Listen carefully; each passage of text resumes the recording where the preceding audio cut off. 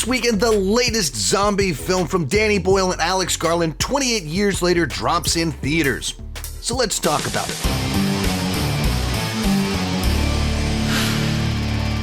Hi, my name is Sean, and I love to talk about movies and TV way too much. With that in mind, go ahead and join me down below in the comment section. Let me know, what did you think about the film? Give me that point of reference. What was your excitement level going into it? Are you someone that's been watching the first two movies for 15, 20 years? Are you new to the franchise? Is this the first movie in the series that you have seen? Also, if you don't know, this movie is intended to kick off a new trilogy of films. While it is the third film in the current trilogy, it also starts a new trilogy. The next film in this trilogy actually comes out in January. It's already been shot and it was directed by Nia DaCosta.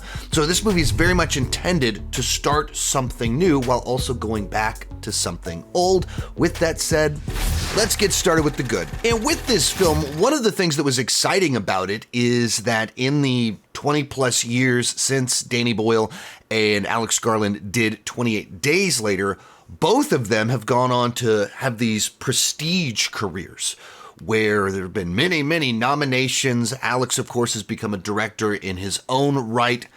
And so the idea that all this time later, with where they're at in their careers and all the doors and opportunities that are open to them, that they wanted to go back to this franchise, this world, and bring all of that to it was very exciting.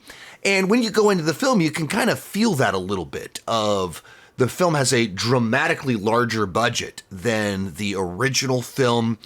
And it's a movie where they're trying to kind of make their own fresh stamp on the genre and elevate the genre a little bit, not just deliver zombie action and not just have some kind of undertones and social commentary, but kind of make this high art or art house zombie film. And some of that plays in the stylistic choices that are made all throughout the film, in the way that it kind of decides to communicate certain ideas, the way that it intercuts certain things, as well as the way that it becomes kind of this like meditation on death and the different ways that we respond to death and circumstances.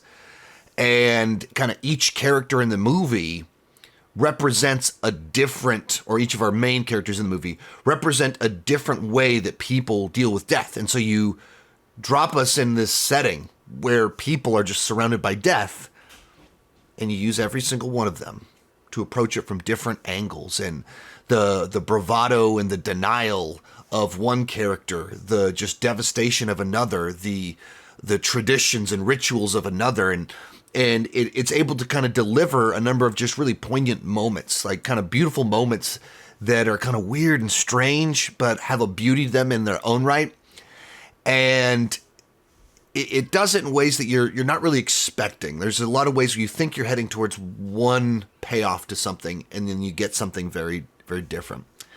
Part of the fun of the movie is the usage of time that's built in, of course, to the franchise of 28 Days Later. Someone's dropped a month into a zombie apocalypse, 28 weeks later, and now we're 28 years later, in which case what it's really able to do is build out this new culture and society that would be formed in this world, in light of what's going on in the rest of the world, in light of the passage of time, and how would you learn to adapt? How would a brand new civilizations form in this sort of post-apocalyptic England? And I always like that sort of thing. I always say that I like when we get to see a character across time and how they grow and change. And this is, how do you see a scenario across time and how it develops and evolves and kind of turns into something a little bit different. And along those same lines, they expand on the zombie lore of what would this rage virus, if played out over time, played out with all the other ways that beings, creatures kind of develop. And so there is this change in the evolution of the zombies, and there's a lot of grander implications, that they set some ideas up and it's like, okay, where we go, like we're going to continue to explore this almost certainly in the later installments. And so there's just a lot of kind of fun little details like that of teasing grander opportunities. And that's even kind of one of the fun things of when you have a situation where they were able to get 2 movies made before the first one even comes out. It's able to tell a complete story, but also leave just kind of these dangling threads a little bit for where we're going to go next. And there's a confidence that kind of comes with that when you know something else is happening, you can design this for the future. Works on its own, but sets up the future. And so there's a lot of things like that that are just kind of appreciated about the movie. And of course, it's a zombie film. There's a lot of just nasty, gnarly stuff in here of course, the vomiting blood is all throughout the film. But even the way that, the original ones, there's a lot more guns. Play this out 28 years later, how many guns and bullets are still around? And so it's much more bows and arrows and beating things to death. And so you get blood sprays. Because the zombies have evolved, there's different types of zombies, and so then they die differently, they fight differently, they kill people differently, and there's, even I'm trying to avoid saying too much about where they go with some of the zombie stuff, but there's some extra gnarly things and expansion that the zombies get involved in because they themselves have an evolving culture that kind of going along with them. And so just a lot of those things inside of it that were a lot of fun. Today's video is brought to you by Factor. Summer is here. We've got more sun. The pool is open, and I want to spend my summers with my kids at the pool, not in the kitchen cooking and cleaning. That's where Factor comes in. Factor's chef-crafted, dietitian-approved meals are ready in just 2 minutes, taking the hassle out of eating well. Factor meals arrive fresh and ready to eat. With over 45 weekly menu options, you can pick gourmet meals, choose from options like Calorie Smart, Protein Plus, Keto, and more. I go with either Keto or Protein Plus because I'm a high protein, low carb kind of guy. Just got back from the gym. We've got queso fundido and ground beef and cauliflower rice, all with over 40 grams of protein. Factor powers your day sun up to sundown with nutritious breakfasts, on-the-go lunches, premium dinners, and guilt-free snacks and desserts. Factor has your whole day covered. I use Factor to hit my dietary goals with delicious and convenient meals, and you can too. Get started at factormeals.com/Sean Chandler 50 off and use code Sean Chandler 50 off to get 50% off plus free shipping on your first box. That's code Sean Chandler 50 off at factormeals.com/Sean Chandler 50 off for 50% off plus free shipping. I'd say my favorite character would be the Fiennes character. That he in particular is one that's kind of a mystery until we meet him as to kind of what's going on with him. And he is, of course, I don't need to tell you that it's time for me to get off and stop filming because I'm going to be on the news in 10 minutes. But there's like this side to it where I don't need to tell you that Fiennes is this fantastic actor, but he's able to bring in this guy that is just very weird from everything going on. But is he what people like? What also is going on with it? What else is kind of happening? Why is he doing the peculiar things that he's doing? And he's able to be so good at it. Like whenever he appeared on screen, I think it like brought things to life a little bit for me.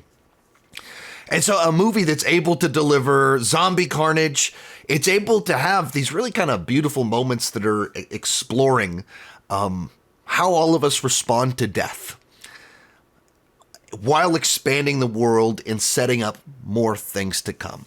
As much as there's a lot in here that I really did enjoy, I would also have to say that overall, I left the film disappointed. With that said, let's move on to the bad. And when I say I was disappointed by the film, I don't mean the movie was bad. It's a good movie. But I went into it, as I said before, with these kind of expectations of, all right, over 20 years later, 2 different prestige filmmakers want to return to this franchise, and watched the trailer. And I thought I even described the trailer as kind of a work of art in and of itself. And then I watched the movie, and there's a lot of things in there that are good. There's a lot of things that I really enjoyed, but I don't feel it lived up to they're coming back all these years later. I don't think the same way that 28 Days Later kind of turned the zombie genre on its head, ignite the genre, kind of led to this craze that went on for a decade and then kind of transitioned to television with Walking Dead. And Walking Dead, especially with the first episode, pretty blatantly has a lot of 28 Days Later in there. Actually, I don't remember if the comic for Walking Dead came first. Which one kind of used that person wakes from a coma deal first? Anyway, doesn't really matter. But like it shook things. And I don't really feel like that's what this movie does. It's solid. It's good. There's things in that are like, oh, that was interesting. Oh, that was thoughtful. Oh, that was nasty. That was gnarly. That was brutal. It has all those little elements, but I felt the overall story kind of felt maybe a little bit lacking to me, of like kind of simple and straightforward in what we're trying to do and why we're trying to do it. It provided some ground for some exploration of characters and themes, but kind of overall felt a little bit underwhelming to me in light of kind of what I was expecting, like I said. And then there's just also a number of stylistic choices and tonal choices that I thought were really baffling. That stylistically and tonally, the movie is kind of all over the place. That the first third of the movie does a lot of like intercutting into with the editing. It cuts in other things, hinting at, implying all sorts of things of what's going on with this culture, this society, and where they're at. And it's like very like with the editing style, very stylistic. And that kind of disappears in the middle of the movie, or kind of disappears in the whole back 2/3 of the movie. That the nature of this is very different from what's next. And then you'll have these really kind of beautiful sequences on death and acceptance and things like that. And then the last scene of the movie, first off, the last scene of the movie, it feels like a post-credit scene. It's basically what it is, that the movie's resolved and then we get a tease. Is this kind of what happens? And it feels like so far out in left field from everything else you've seen in the movie, from the way the characters look, the way they act, the music that's playing, the style of what takes place. It is so far out there in left field of like, what on earth is going on in this movie? What just happened? And so like a film that I think some people might love, just kind of this kind of wild, crazy, unpredictable nature to it. I felt it kind of seemed like them, because they weren't telling this big, extravagant story that redefined the genre or anything like that. They're trying to add stylistic flourishes, and they're trying to do that to make its mark,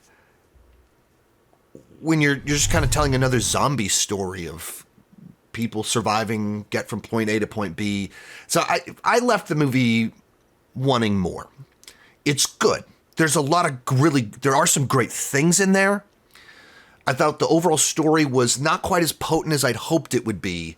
And some of just how uneven the style was and the tone, that it could be such a jarring tonal shift. Like the last scene in particular left me on such a weird note of like, what on earth was that? Like, what are you implying? What are you doing with that? That was weird. What a weird bookend for this movie with what's in the middle of it. So go into it and maybe temper your expectations. In particular, if you saw that 95% on Rotten Tomatoes, you go, wow, that's awesome. 95% means 95% of critics recommend the movie. I recommend the movie. But 95% does not mean it's a 9.5 out of 10.